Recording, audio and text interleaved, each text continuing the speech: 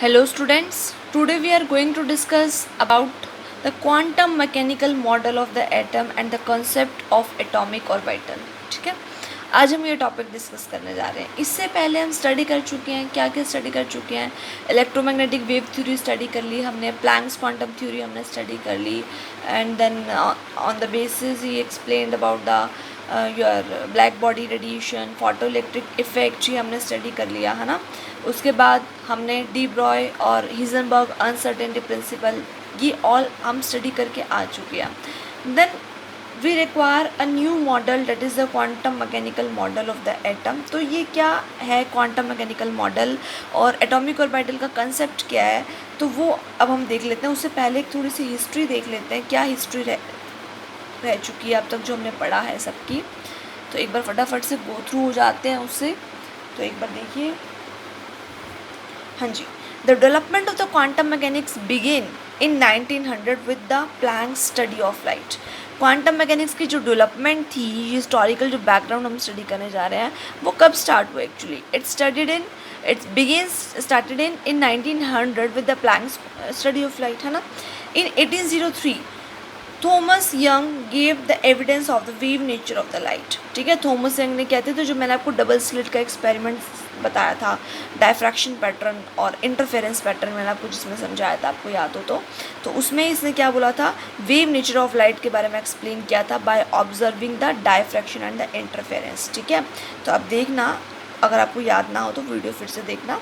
इन 1864 फिर क्या हुआ, जेम्स क्लर्क मैक्सवेल आया, उसने इलेक्ट्रोमैग्नेटिक वेव थ्योरी दी, है ना.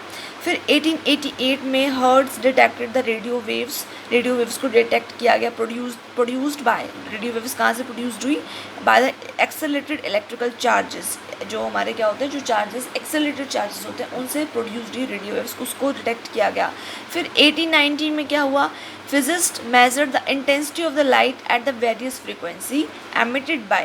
इंटेंसिटी ऑफ लाइट को मेज़र किया गया, ठीक है, एट वेरियस फ्रीक्वेंसीज. और वो कहाँ से एमिट हो रही हैं, जो आपकी ब्लैक बॉडी रेडिएशन से एट ए फिक्स टेम्परेचर. तो हमने ब्लैक बॉडी रेडिएशन का कॉन्सेप्ट भी स्टडी करा. फिर 1900 में Planck's work is considered to be mark the beginning of quantum mechanics. ये पहले मैंने आपको बता दिया कि 1900 में क्या हुआ कि जो प्लैंक्स का वर्क था वही एक तरह से ओरिजिन थी क्वांटम मैकेनिक्स की. ठीक है, क्योंकि उसने आपको क्वांटाइजेशन के बारे में बताया था प्लैंक्स ने, और black body radiation, photo electric effect जो भी थे वो इसी के बेसिस पर एक्सप्लेन किए गए थे, इसी के आइडिया पर एक्सप्लेन किए गए थे.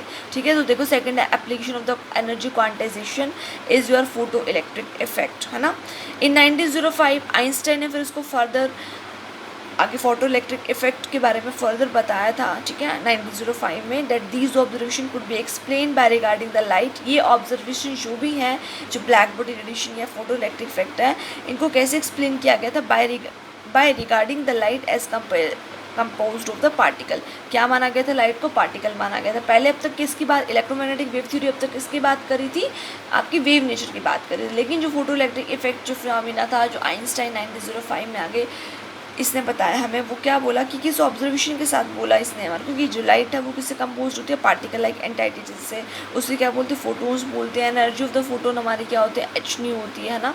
फिर उसके बाद 1913 में नील Bohr applied the concept of quantization. Niels Bohr आया, फिर नील बोर के पोस्टुलेट आप लिमिटेशन सब स्टडी कर चुके हो, लाइन स्पेक्ट्रम ऑफ हाइड्रोजन वगैरह ये भी आप स्टडी कर चुके हो ना, है ना.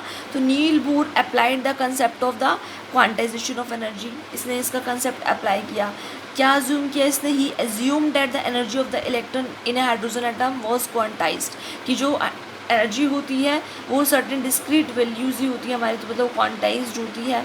When an electron makes a transition from one Bohr orbit to the other, तो क्या करता है वो, कितनी एनर्जी क्या करता है आपका, लोअर ऑर्बिट से अगर किसी हायर शेल में जा रहा है, मतलब लोअर शेल से किसी हायर शेल में जाता है ना, तो कुछ एनर्जी एब्जॉर्ब करके जाता है. लेकिन उसके बाद जब हायर एक्साइटेड स्टेट्स जो होती है वो अनस्टेबल होती है, मैंने आपको बताया था, तो वो फिर से कहाँ आता है, हायर से लोअर के अंदर आता है, by emitting energy equal to the energy difference between the upper and the lower energy states, और वो किसके इक्वल होगा, एच न्यू के इक्वल होगा, ठीक है। सो ये बोर ने हमारे को बताया, but his attempts fail to fit for the helium spectrum. Hydrogen का लाइन स्पेक्ट्रम तो बता दिया, हाइड्रोजन लाइक एटम्स का भी इसने helium positive lithium two positive के लिए इसने बोला कि ये जो लाइन स्पेक्ट्रम होगा वो हाइड्रोजन के लिए और हाइड्रोजन लाइक एटम्स स्पीशीज़ के लिए रहेगा, लेकिन व्हाट अबाउट द हीलियम, तो उसके लिए इसके अटेम्प्ट्स फेल हो गए, ठीक है। This theory also could not account for the chemical bonds, भी नहीं बता पाई मॉलिक्यूल्स में, ठीक है। The failure of the Bohr model arises from the use of the classical mechanics, ठीक है। So the failure of the Bohr model basically arise कहाँ से होता है, from the use of the classical mechanics to describe the electronic motions in the atoms, ठीक है। फिर उसके बाद भी जो हमारा बोर था वो भी फेल हो गया। Then de Broglie and the Heisenberg uncertainty principle come into the picture, ठीक है।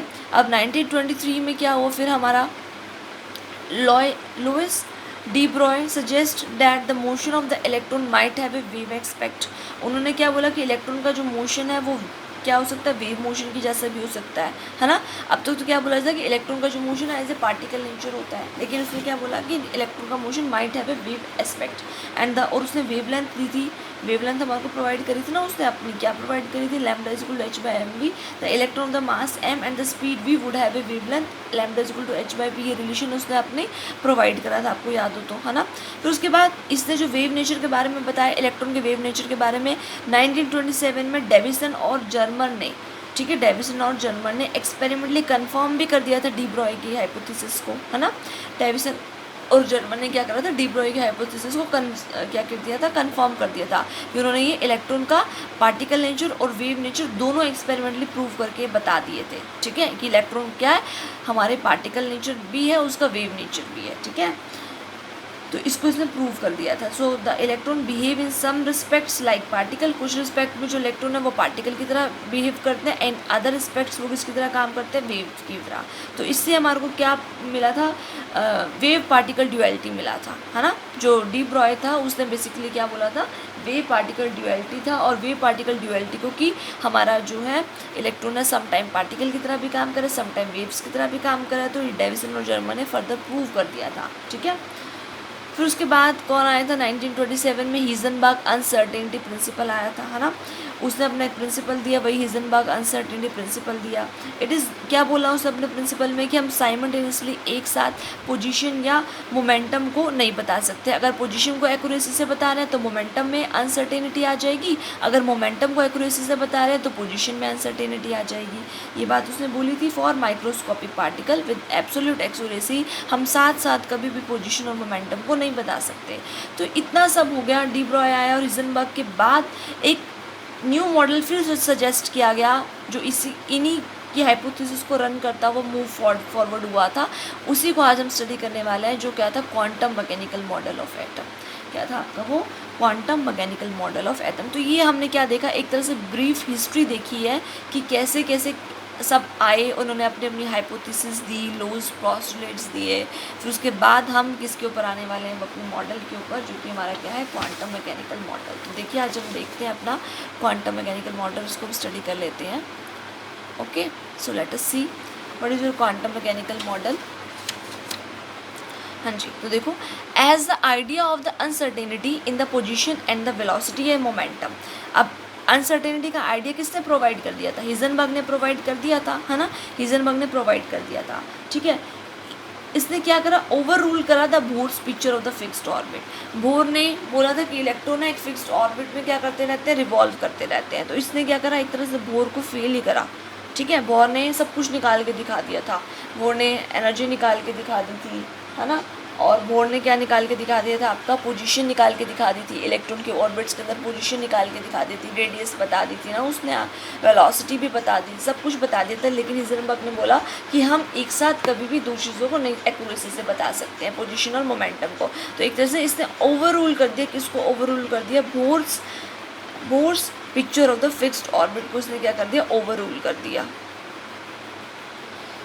Okay, So thus the classical mechanics could not describe the behavior of the electrons in the atom correctly. तो classical mechanics जो मतलब Newtonian law पे based थी, मैंने आपको बताया था आपकी classical mechanics है ना, तो वो explain नहीं कर पाई थी behavior of the electron. Actually bore ने classical mechanics का ही कुछ यूज़ करा था एक्सप्लेनेशन के लिए, ठीक है, तो इसलिए क्लासिकल मैकेनिक्स जो है वो फेल हो गई थी, है ना, मतलब जो बोर का मॉडल जिसने क्लासिकल को यूज़ करा. सो classical mechanics could not describe the behaviour of the electron, को अच्छे से एक्सप्लेन नहीं कर पाई, कहानी एक्सप्लेन कर पाई in the orbits atom, sorry.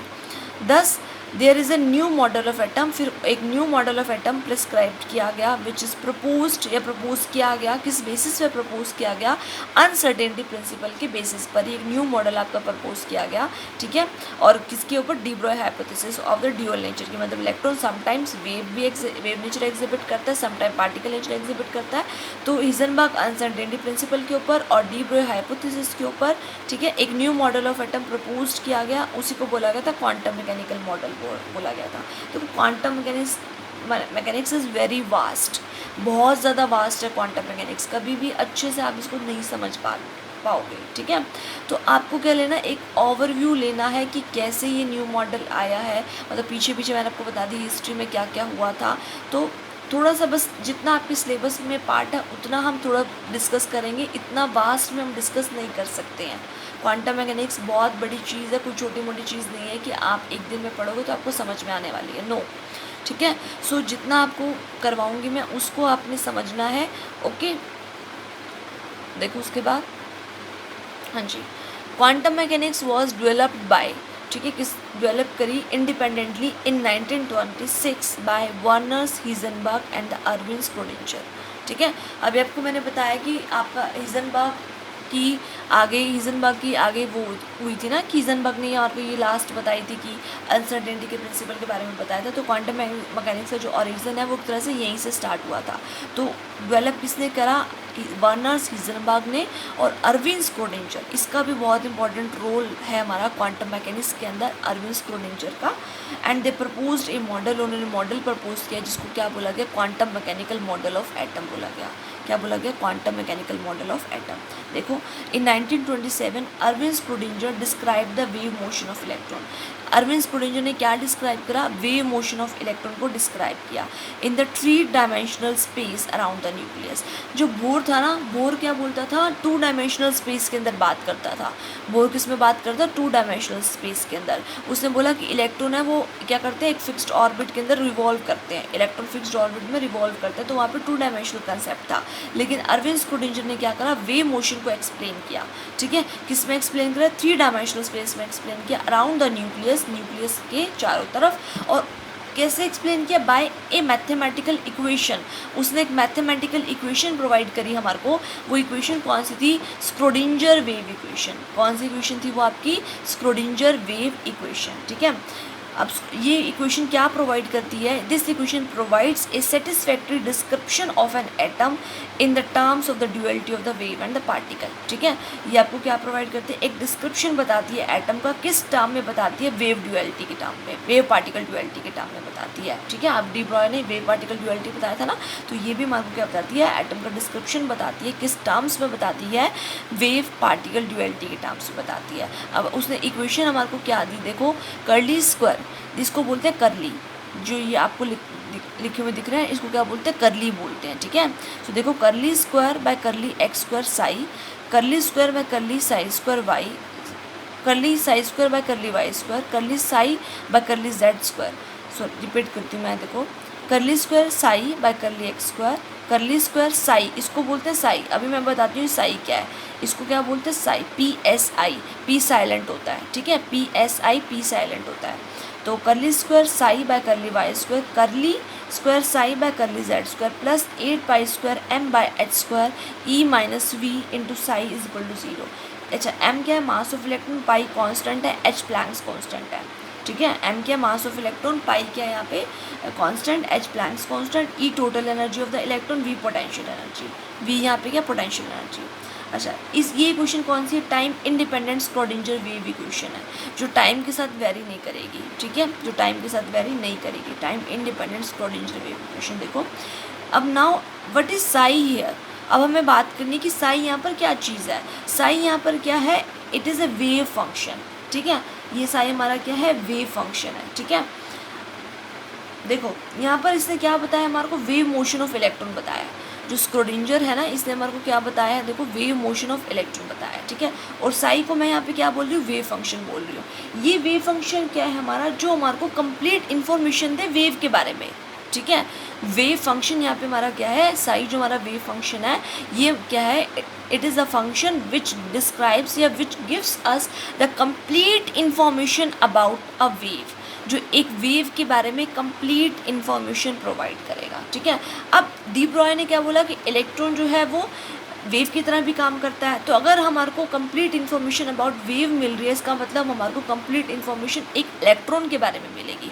किसके बारे में मिलेगी, एक इलेक्ट्रॉन के बारे में। इलेक्ट्रॉन कहाँ पे लाई करता है एटम में, मतलब कैसे उसकी एनर्जी है, वेलोसिटी है, जो भी है वो हमारे को प्रोवाइड करेगा, ये वेव फंक्शन प्रोवाइड करेगा। कौन प्रोवाइड करेगा, ये वेव फंक्शन, ठीक है। तो देखो a wave function psi is a mathematical function, ये एक मैथमेटिकल फंक्शन होता है that relates the location of the electron at a given point in the space.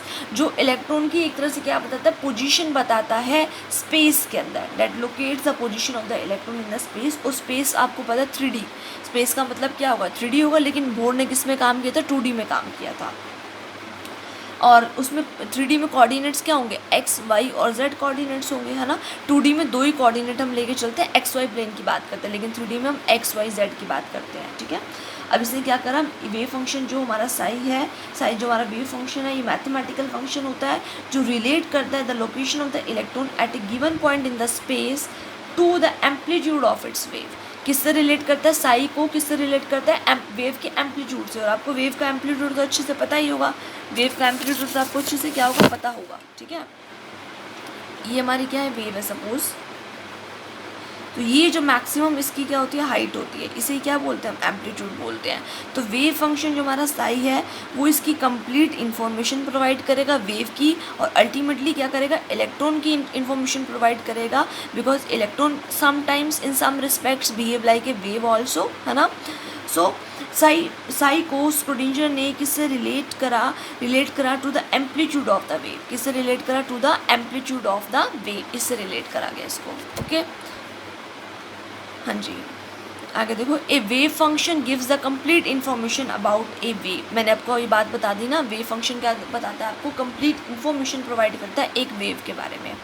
It uses the 3 variables, ये 3 वेरिएबल का यूज़ करा है, कौन कौन से, एक्स वाई और जेड, एक्स वाई और जेड 3 वेरिएबल का यूज़ करा है। क्या बताने के लिए 3 वेरिएबल का यूज़ कर रहा है, very important, to describe the position of electron, to describe the position of electron की where does the electron lie, what is its energy, ठीक है।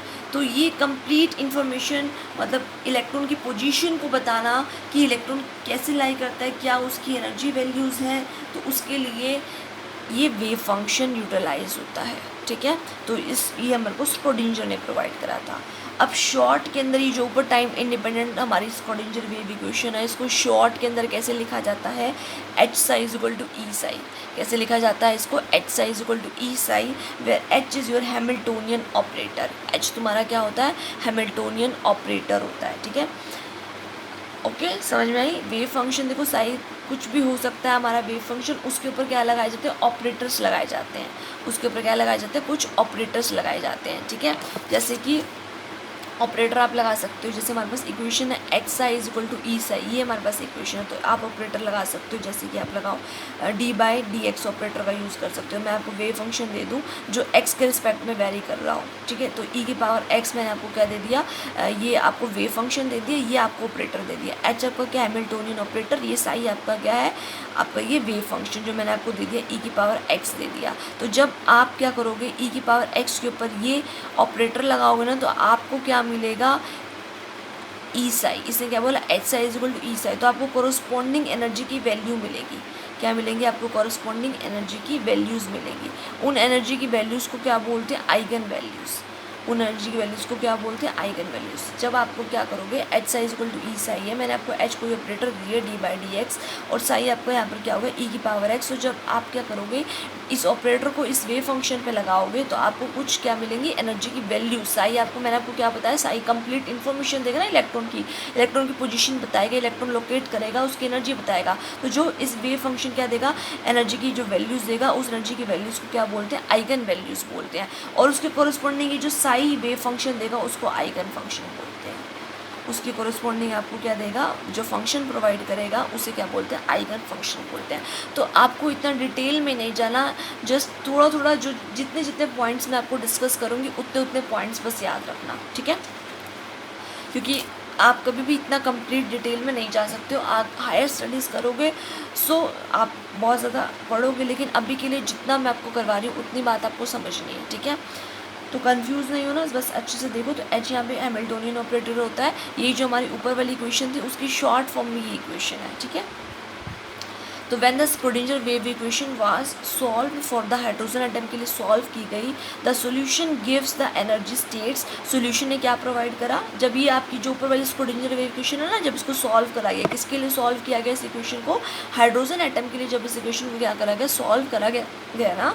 सो द सॉल्यूशन ने हमारे को क्या दी, पॉसिबल एनर्जी स्टेट्स दी that an electron can occupy, कि इलेक्ट्रॉन कौन कौन सी पॉसिबल एनर्जी स्टेट्स के अंदर रह सकता है, इलेक्ट्रॉन कौन कौन सी पॉसिबल एनर्जी स्टेट्स के अंदर रह सकता है। और कॉरस्पॉन्डिंग वैल्यूज़ ऑफ जो ये एनर्जी को जो कॉरस्पॉन्डिंग वैल्यूज़ मिली उनमें हम क्या बोला, आइगन वैल्यूज़, और उसके कॉरस्पॉन्डिंग जो वेव फंक्शन होगा उसे क्या बोलेंगे, आइगन फंक्शन। क्या बोलेंगे उसे, आइगन फंक्शन। ई को आइगन वैल्यू, साई को क्या बोलेंगे, आइगन फंक्शन बोलेंगे, ठीक है। हाँ जी, अब देखो उसके बाद, when an electron in a particular energy level, अगर आपका कोई इलेक्ट्रॉन एक पर्टिकुलर एनर्जी लेवल में है तो उसके कोरस्पॉन्डिंग उसका वेव फंक्शन होगा। मतलब इलेक्ट्रॉन जब एक पर्टिकुलर एनर्जी लेवल के अंदर होगा ना तो उसका एक अपना वेव फंक्शन होगा, ठीक है। तो उस वेव, सपोज करो कि इलेक्ट्रॉन आपका एक one energy level, even energy level के अंदर, तो उसके कोरस्पॉन्डिंग उसका वेव फंक्शन होगा साई वन, ठीक है। जब इलेक्ट्रॉन क्या कर गया, मूव कर गया, मतलब एक्साइट कर गया हायर एनर्जी लेवल के अंदर, इलेक्ट्रॉन नीचे लोअर वाले से हायर वाले में चला गया तो वहाँ पर वेव फंक्शन चेंज हो जाएगा। मतलब E2 एनर्जी लेवल में चला गया तो वहाँ पे वेव फंक्शन साई 2 हो जाएगा, E3 एनर्जी लेवल में चला गया तो साई 3 हो जाएगा। मतलब साई 1 वेव फंक्शन की कोरस्पॉन्डिंग एनर्जी कितनी है, E1, साई 2 वेव फंक्शन की कोरस्पॉन्डिंग एनर्जी कितनी है, E2, साई 3 वेव फंक्शन की कोरस्पॉन्डिंग एनर्जी कितनी है, E3, ऐसे साई 4 की कोरस्पॉन्डिंग E4। तो मतलब हर एनर्जी लेवल में एक अलग अलग वेव फंक्शन है, ठीक है। हर एनर्जी लेवल में क्या अलग अलग वेव फंक्शन, क्योंकि साई हमारे को क्या बताएगा, साई हमारे को कंप्लीट इन्फॉर्मेशन बताएगा, लोकेशन बताएगा इलेक्ट्रॉन की। तो उसके कोरस्पॉन्डिंग अगर वो एनर्जी लेवल चेंज कर रहा है इलेक्ट्रॉन अपना, तो उस वेव फंक्शन के उसके कोरस्पॉन्डिंग क्या होता जाएगा, चेंज होता जाएगा, क्या होता जाएगा, चेंज, ठीक है। अब उसके बाद देखो, दीज क्वांटाइज्ड एनर्जी स्टेट्स, मतलब जो E1, E2, E3 जो एनर्जी स्टेट्स हैं, these quantized energy states and the corresponding wave function, ठीक है, are characterized by a set of quantum numbers. ये जो आपकी एनर्जी स्टेट्स हैं या वेव फंक्शन है उनको करेक्टराइज किससे किया जाता है, बाय द क्वांटम नंबर्स, ठीक है। क्वांटम नंबर्स आगे नेक्स्ट वाली वीडियो में मैं आपसे बात करूँगी क्वांटम नंबर्स की। तो अभी के लिए पोस्टुलेट ये ध्यान रखो कि 3 क्वांटम नंबर होते हैं, N, L और ML, ठीक है। और ये कहाँ से अराइज होते हैं, these arises as a natural consequence in the solution of the Schrodinger equation. तो स्क्रोडिंजर इक्वेशन के सोल्यूशन से ही ये प्रोवाइडेड होते हैं। जो हमारी ये स्क्रोडिंजर इक्वेशन है ना, इसको सॉल्व नहीं करना, इसको हमें सॉल्व नहीं करना, इसने हमारे को ऑटोमेटिकली सब कुछ सॉल्व करके दिया था, ठीक है। अपने आप इसने सब रिजल्ट से वो बेस्ट से बेस्ट हमारे को जो रिजल्ट थे, करेक्ट रिजल्ट, वो इसने हमारे को बताए थे। इसको सॉल्व करके इस पूरी इक्वेशन को आपको कुछ सॉल्व नहीं करना, हमें तो बस इसके रिजल्ट से मतलब है, ठीक है। तो solution of this Schrödinger wave equation से हमारे को क्या मिला था, ये क्वांटम नंबर्स थे, ठीक है। और इसके बारे में मैं आपको आगे वाली वीडियो में अच्छे से डिस्कस करूँगी, क्वांटम नंबर क्या चीज़ होती है, बहुत अच्छे से डिटेल में हम डिस्कस करेंगे। तो अभी के लिए I am not explaining too much this point, okay. So देखो उसके बाद है conditions of the wave function. Wave function भी क्या क्या कंडीशन होनी चाहिए, क्या क्या कंडीशन होनी चाहिए, इट शुड बी कॉन्टीन्यूस। आपका वेव फंक्शन कैसा होना चाहिए, कॉन्टीन्यूस होना चाहिए। देखो साई मैंने आपको क्या बताया, एक मैथमेटिकल फंक्शन है ना, तो इसको हम ग्राफिकली प्लॉट भी कर सकते हैं। तो मैंने जब इसको प्लॉट करा तो देखो एक हमारा ये जो वेव फंक्शन आई है इसका ऐसा ग्राफ है, फिर उसके बाद ये ऐसा ग्राफ होगा, मतलब ये क्या हुआ, कॉन्टीन्यूस तो नहीं है, पहले ये हाफ गया फिर उसके बाद ये हाफ गया, है ना। एक्चुअली हमें क्या करना होता है, जो साई वेव फंक्शन होना, it should be integrable. Wave function जो साई है वो क्या ऐसा होना चाहिए, इंटीग्रेबल होना चाहिए। तो इंटीग्रेबल होना चाहिए, तो उसके लिए वेव फंक्शन साई को कॉन्टीन्यूस होना चाहिए। वेव फंक्शन साई को कैसा होना चाहिए, उसके लिए कॉन्टीन्यूस होना चाहिए। बट आपको दिख रहा है कि ये पहले आधी ये यहाँ से दिख रहा है, फिर उसके बाद हाफ ये पोर्शन यहाँ दिख रहा है, तो आप हाफ और हाफ को कैसे इंटीग्रेट करोगे, नहीं कर सकते, कॉन्टीन्यूस नहीं है बिकॉज ये। तो पहली बात है कि वेव फंक्शन कॉन्टीन्यूस होना चाहिए। फिर दूसरी बात है उसका स्लोप भी कॉन्टीन्यूस होना चाहिए, लेकिन यहाँ पे इसका जो स्लोप है, देखो ये हाफ ऐसे, फिर उसके बाद ऊपर की तरफ इसका जो स्लोप जो आएगा वो भी कॉन्टीन्यूस नहीं होगा, इसका वेव स्लोप भी कॉन्टीन्यूस नहीं होगा। फिर थर्ड थिंग, उसकी फाइनाइट वैल्यू होनी चाहिए, मतलब एक इनफाइनाइट वैल्यू कभी भी वेव फंक्शन की नहीं होनी चाहिए, ठीक है, जो हम बता ही ना सके, ठीक है। तो वेव फंक्शन की वैल्यू हमेशा क्या सी होनी चाहिए, फाइनाइट वैल्यू होनी चाहिए, क्लियर। उसके बाद क्या, it should be single value, most important ये सिंगल वैल्यू होना चाहिए। जैसे देखो ये हमारा साई वेव फंक्शन है, यहाँ पर हमारी कुछ एक्स की वैल्यू, ये हमारा एक्स है, ठीक है। तो अगर आप देखो ये पर्टिकुलर वैल्यू ऑफ एक्स के ऊपर वेव फंक्शन साई की ये वैल्यू हुई, पहले ये वैल्यू आई वेव फंक्शन साई की, फिर इस पर्टिकुलर एक्स के ऊपर ये साई की वैल्यू यहाँ से ये हो जाएगी, फिर इधर देखोगे तो ये वैल्यू हो जाएगी साई की, है ना। तो एक पर्टिकुलर वैल्यू एक्स पे एक वैल्यू ये मिली तुम्हें, एक वैल्यू ये मिल रही है, एक वैल्यू तुम्हें ये मिल रही है, एक पर्टिकुलर वैल्यू ऑफ एक्स पे। तो वो कहते हैं कि वेव फंक्शन हमेशा सिंगल वैल्यूड होना चाहिए, मतलब एक वैल्यू के ऊपर, एक्स की एक वैल्यू के ऊपर हमारे को जो फंक्शंस की वैल्यूज़ मिले ना, वो हमारे को अलग अलग मिल रही है। एक वैल्यू ऑफ एक्स पे हमारे को जो वेव फंक्शन की जो वैल्यू है वो डिफरेंट मिल रही है, लेकिन हमारे को एक वैल्यू के ऊपर एक ही पर्टिकुलर वेव फंक्शन होना चाहिए। तो मतलब Sai must be single valued, finite होना चाहिए, इनफाइनाइट वैल्यू नहीं होनी चाहिए, कॉन्टीन्यूस होना चाहिए, मतलब ग्राफ ये कॉन्टीन्यूस होना चाहिए, ब्रेक हो रहा है ग्राफ, इतना फिर इतना, तो ये इंटीग्रेट नहीं हो पाएगा। तो these are some condition of the wave function. चलें आगे। उसके बाद देखो, when an electron is in any energy state, जब आपका इलेक्ट्रॉन किसी एक एनर्जी स्टेट में होगा, then the wave function corresponding to that energy state, ठीक है। अभी मैंने आपको बताया कि आपका इलेक्ट्रॉन अगर पर्टिकुलर एनर्जी स्टेट के अंदर है तो उसका हर एक एनर्जी स्टेट्स में उसका एक वेव फंक्शन होगा, हर एक एनर्जी स्टेट में उसका एक वेव फंक्शन होगा। जैसे E1 एनर्जी स्टेट में मैंने बोला था साई 1, E2 में साई 2, E3 में साई 3, है ना। So when the electron is in any energy state, किसी भी एनर्जी स्टेट के अंदर होगा, then the wave function corresponding to that energy states contain the information about the electron. तो वो वेव फंक्शन क्या करेगा, इलेक्ट्रॉन के बारे में इंफॉर्मेशन कंटेन करेगा एक पर्टिकुलर एनर्जी स्टेट में। Such wave function of the hydrogen, hydrogen के वही वेव फंक्शंस या हाइड्रोजन लाइक एटम्स के with one electron are also called atomic orbitals. अब आप कहोगे अब ये क्या बोल दिया आपने, कि आप तो कह रहे हो कि ये जो वेव फंक्शन है इनको एटॉमिक ऑर्बिटल बोल रहे हो। हाँ यस, जो हमारे वेव फंक्शन होते हैं ना उसी को क्या बोलते हैं, एटॉमिक ऑर्बिटल्स बोलते हैं। क्या बोलते हैं उसी को, एटॉमिक ऑर्बिटल। इसको भी मैं आगे बताती हूँ डिटेल के अंदर, ठीक है। इसी को क्या बोलते हैं हम, एटॉमिक ऑर्बिटल्स बोलते हैं। समझ में आया इतना। तो ये मैंने आपको समझा दी ना कि जब इलेक्ट्रॉन पर्टिकुलर एनर्जी स्टेट में होगा तो वहाँ पर उसका एक अपना वेव फंक्शन होगा, और वो वेव फंक्शन एक इलेक्ट्रॉन की कंप्लीट आपको इन्फॉर्मेशन देगा। जब एक इलेक्ट्रॉन क्या है, एक पर्टिकुलर एनर्जी स्टेट के अंदर प्रेजेंट है आपका एक इलेक्ट्रॉन, तो वहाँ पर उसका एक अपना वेव फंक्शन होगा, और ये वेव फंक्शन इस इलेक्ट्रॉन की कंप्लीट इन्फॉर्मेशन देगा। तो ये वाला ही हमारा पॉइंट हो गया। चले आगे।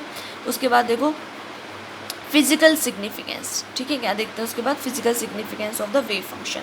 In physical sense the Sai gives the amplitude. अभी मैंने आपको बताया था कि जो साई है वो किससे रिलेट किया जाता है, एम्पलीट्यूड ऑफ द वेव से रिलेट किया जाता है ना, amplitude of the wave. In case of the light wave, square of the amplitude gives is proportional to the intensity of the light. अगर लाइट वेव्स की बात करें तो एम्पलीट्यूड का स्क्वायर है वो क्या बताता है, इंटेंसिटी बताता है। लाइट वेव्स की क्या बताता है, इंटेंसिटी बताता है। लेकिन अगर यही सेम कंसेप्ट हम इलेक्ट्रॉन वेव मोशन के साथ डिस्कस करें, यही सेम कंसेप्ट, क्योंकि electron in some respects behave like a wave, so यही कंसेप्ट अगर हम इलेक्ट्रॉन वेव मोशन के साथ डिस्क्राइब करें तो square of the wave function का जो स्क्वायर होगा वो क्या बताएगा, probability of the finding the electron in a given reason.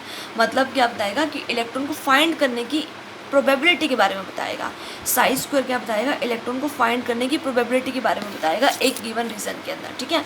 Probability का मतलब क्या, देखो यहाँ पर कि ये आपका क्या न्यूक्लियस है, ठीक है। मैंने क्या करा, एक इलेक्ट्रॉन की पोजीशन को लोकेट करा। मुझे एक बार इलेक्ट्रॉन यहाँ मिला, एक बार यहाँ मिला, एक बार यहाँ मिला, एक बार यहाँ, एक बार यहाँ, एक बार यहाँ, तो ऐसे मैं पोजीशन उसकी लोकेट करती गई। और मैंने बहुत सपोज 20-30,000 टाइम्स क्या करा, इलेक्ट्रॉन की पोजीशन को चेकआउट करा। तो जहाँ जहाँ मुझे इलेक्ट्रॉन की पोजीशन मिली न्यूक्लियस के चारों तरफ, ये मतलब यहाँ मिली, यहाँ मिली, यहाँ मिली, यहाँ मिली, यहाँ मिली, ठीक है। तो ये मेरी क्या बन गई, इलेक्ट्रॉन को फाइंड आउट करने की प्रोबेबिलिटी मिल गई। मतलब इलेक्ट्रॉन यहाँ भी हो सकता है, इलेक्ट्रॉन यहाँ भी हो सकता है, इलेक्ट्रॉन यहाँ भी हो सकता है। मैं ये नहीं कह सकता कि इलेक्ट्रॉन सिर्फ यहीं पे प्रेजेंट है, मैं ये नहीं कह सकती कि इलेक्ट्रॉन सिर्फ यहीं भी प्रेजेंट है। मैंने 20-30,000 टाइम्स क्या करा, न्यूक्लियस के चारों तरफ इलेक्ट्रॉन को ढूंढना चाहा, तो मुझे इलेक्ट्रॉन कई बार यहाँ पे मिला, कई बार यहाँ पे मिला, कई बार यहाँ मिला, कई बार यहाँ मिला। तो ये मेरी एक प्रोबेबिलिटी पूरी बन गई कि इलेक्ट्रॉन यहाँ भी हो सकता है, यहाँ भी हो सकता है, यहाँ भी हो सकता है, यहाँ भी हो सकता है, ठीक है। तो इसे बोलते हैं probability of finding the electron in a given region, मतलब एक पर्टिकुलर रीजन के अंदर इलेक्ट्रॉन को फाइंड करने की प्रोबेबिलिटी इसको बोलते हैं, around the nucleus, around the nucleus. और ये हमें कौन बताता है, साई स्क्वायर, ये हमें कौन बताता है, साई। तो साई का कोई मीनिंग नहीं होता, साई का कोई फिजिकल सिग्निफिकेंस नहीं होता, साई का कोई फिजिकल सिग्निफिकेंस नहीं होता अपना, साई का कोई फिजिकल सिग्निफिकेंस नहीं होता। फिजिकल सिग्निफिकेंस किसका होता है, साई स्क्वायर का, बिकॉज साई स्क्वायर हमारे को क्या बताता है, इलेक्ट्रॉन को फाइंड करने की प्रोबेबिलिटी बताता है in a given region around the nucleus, ठीक है। तो देखो it gives us the probability, अच्छा जो फाइंड करने की प्रोबेबिलिटी होती है ना in a given region, electron को जो फाइंड करने की प्रोबेबिलिटी होती है in a given region of a moving electron in a given region, इसे ही हम क्या बोलते हैं, प्रोबेबिलिटी डेंसिटी बोलते हैं। इसे क्या बोलते हैं, हम प्रोबेबिलिटी डेंसिटी बोलते हैं। और ये हमेशा क्या होती है, पॉजिटिव, ये हमेशा क्या होती है, पॉजिटिव। देखो जब स्क्रोडिंजर वेव इक्वेशन को सॉल्व किया गया ना, तो साई की पॉजिटिव नेगेटिव दोनों वैल्यूज़ मिली, लेकिन हमने वही वैल्यूज़ चूज़ करनी होती है जो एक्सेप्टेबल हो, वही वैल्यूज़ चूज़ करनी होती है जो क्या हो, उन्हीं वैल्यूज़ को चूज़ किया गया था जो एक्सेप्टेबल थी। वैल्यूज़ जो हमने पीछे स्क्रोडिंजर वेव इक्वेशन आई है ना, ये वाली जो स्क्रोडिंजर वेव इक्वेशन थी, जब उसको सॉल्व किया गया तो साई की पॉजिटिव और नेगेटिव वैल्यूज़ दोनों मिली, ठीक है। तो हमें वही वैल्यूज़ लेनी होती है जो एक्सेप्टेबल हो। तो देखो साई पॉजिटिव भी दिखा रहा है, ये नेगेटिव, ये पॉजिटिव, ये नेगेटिव, लेकिन आपका क्या होता है, देखो साई की वैल्यू पॉजिटिव और नेगेटिव दोनों मिली, but the probability can not be negative, probability हमेशा कभी भी नेगेटिव, इलेक्ट्रॉन को फाइंड करने की प्रोबेबिलिटी क्या नेगेटिव हो सकती है, नहीं हो सकती, इसलिए हम हमेशा साई स्क्वायर की बात करते हैं। तो जब हम साई स्क्वायर की बात करेंगे तो नेगेटिव वाली टर्म भी क्या बन जाएगी, पॉजिटिव बन जाएगी। जब हम साई स्क्वायर की बात करेंगे तो नेगेटिव वाली टर्म भी क्या बन जाएगी, पॉजिटिव। इसलिए ग्राफ जो होगा साई स्क्वायर का वो ऐसा होगा, डॉटेड वाला ग्राफ दिख रहा है आपको, ये साई स्क्वायर का है, ठीक है, ये किसका है, साई स्क्वायर का है।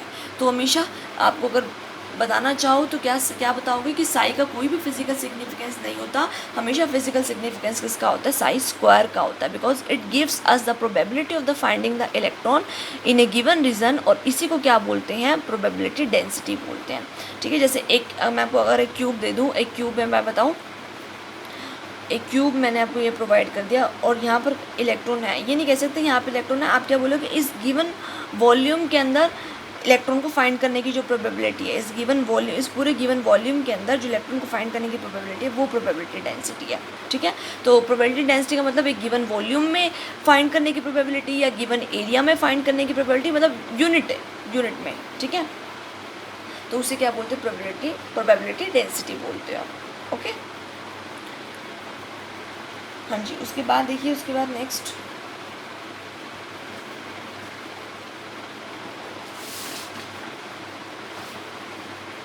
what is atomic orbital, the solutions of the Schrodinger wave equation led to the concept of the most probable reason। मैंने आपको बता दिया सोल्यूशन जो थे जो Schrodinger wave equation की, उन्होंने आपको क्या बताया, मोस्ट प्रोबेबल रीजंस के बारे में बताया जहाँ पर इलेक्ट्रॉन को फाइंड करने की प्रोबेबिलिटी होती है। और लेकिन बोर्स ने क्या बताया था कि इलेक्ट्रॉन जो है वो एक सर्कुलर ऑर्बिट में घूमता है ना, इलेक्ट्रॉन जो है वो सर्कुलर ऑर्बिट में घूमता है, उसने ये बोला था। लेकिन यहाँ पर हम ये नहीं बोलते कि इलेक्ट्रॉन एक जगह पे है, इलेक्ट्रॉन यहाँ भी हो सकता है, यहाँ भी हो सकता है, यहाँ भी। तो ये पूरा स्पेस है जहाँ पे इलेक्ट्रॉन को हम फाइंड कर सकते हैं, ये पूरा स्पेस है जहाँ इलेक्ट्रॉन को हम क्या कर सकते हैं, फाइंड कर सकते हैं। लेकिन बोर के अकॉर्डिंग ए की पोजीशन दी गई थी, ठीक है। So in this approach we can't say the electron exist as a particular point, हम ये नहीं बोल सकते, but we talk about the regions in a space around the nucleus where the probability of the finding the electron is maximum. हम वो space देखते हैं जहाँ पे इलेक्ट्रॉन को फाइंड करने की प्रोबेबिलिटी क्या होती है, मैक्सिमम होती है। सो ऑर्बिटल, अगर आपसे कोई पूछे what is orbital, it is a region in the space around the nucleus, ये स्पेस में रीजन है न्यूक्लियस के चारों तरफ where the probability of finding the electron is maximum, ठीक है। अब एक छोटा सा डिफरेंस देख लेते हैं ऑर्बिट के अंदर और ऑर्बिटल के अंदर। ऑर्बिट हमारा क्या होता है, वेल डिफाइंड सर्कुलर पाथ होता है ना, वेल डिफाइंड सर्कुलर पाथ हो जिसमें इलेक्ट्रॉन क्या करता है, घूमता है। देखो ये ऑर्बिट है हमारा, ये इलेक्ट्रॉन है, ये इलेक्ट्रॉन इसमें घूम रहा है, ठीक है। लेकिन ऑर्बिटल क्या होता है, ये एक स्पेस होता है, एक रीजन होता है जिसमें इलेक्ट्रॉन को फाइंड करने की प्रोबेबिलिटी होती है। तो ये पूरा स्पेस जो अंदर वाला मैंने ब्लू कलर से दिखा रखा ना, ये पूरा स्पेस ऑर्बिटल को रिप्रेजेंट कर रहा है। और ये जो ये आपकी शेल दिखा रखी है, ये ऑर्बिट है जिसमें इलेक्ट्रॉन घूम रहा है। तो वो कहता है कि इस ऑर्बिट में घूमेगा, लेकिन ये कहता है कि इस पूरे एरिया के अंदर इलेक्ट्रॉन कहीं पर भी हो सकता है। तो ये एक रीज़न की बात करता है आपका कौन, क्वांटम मैकेनिकल मॉडल। लेकिन वो किसकी बात करता था, सिर्फ आपकी एक ऑर्बिट की, मतलब एक पोजीशन की, फिक्स पोजीशन की बात करता था।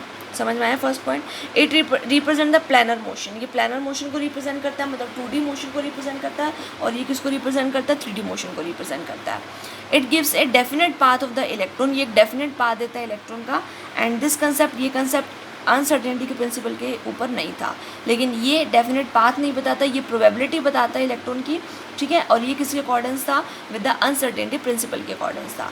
जितने भी ऑर्बिट है वो सर्कुलर होते हैं, लेकिन ऑर्बिटल्स के डिफरेंट शेप होते हैं। ये पॉइंट नेक्स्ट आगे डिस्कस करूँगी। ऑर्बिटल की क्या होती है, डिफरेंट शेप्स होती हैं। जैसे एस ऑर्बिटल स्फेरिकल होता है, पी डम्बेल होता है, ये आगे डिस्कस करूँगी मैं, ठीक है।